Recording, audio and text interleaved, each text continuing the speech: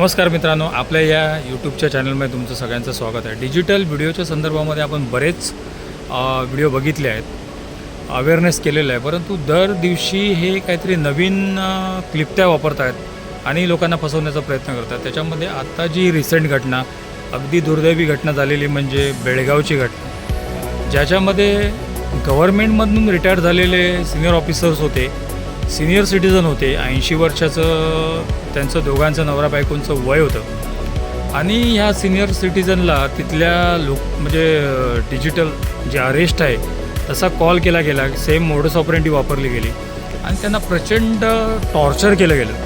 Even त्यांनी gold loan घेतलं, फॅमिलीकडून loan घेतलं आणि त्यांना 5 लाख रुपये दिले. त्यांना कारण मुलं बाळं नव्हती आणि एवढं टॉर्चर केलं गेलं त्यांना डिजिटल अरेस्ट करून. कोणाशी कम्युनिकेशन करायचं नाही, काय नाही, आणि शेवटी दुर्दैवीपणाने त्या दोघांना सुसाईड करावं लागलं. गंभीर गोष्ट आहे, लक्षात घ्या. असा कुठल्याही प्रकारचा जर तुम्हाला कॉल आला असेल डिजिटल अरेस्टच्या संदर्भात तर मला कॉल करा, मी डेफिनेटली तुम्हाला मदत करेल. अशा त्यांच्या धमक्यांना घाबरून जाऊ नका. कुठल्याही समजा पोलीस स्टेशनचा कॉल असेल किंवा काय असेल, जस्ट कट करा आणि कॉल करा किंवा नियरेस्ट कुठले तुमचे पोलीस स्टेशन्स असतील तिथे जा, खातरजमा करा. तुम्ही कुठल्याही प्रकारचा गुन्हा केला नाही किंवा जरी झाला असेल एखादा कळत नकळत मागे गुन्हा, त्याच्या संदर्भात जरी कॉल करत असेल तरी घाबरून जाऊ नका. हा एक मानसिक ट्रॅप आहे, त्याच्यातून सावरा.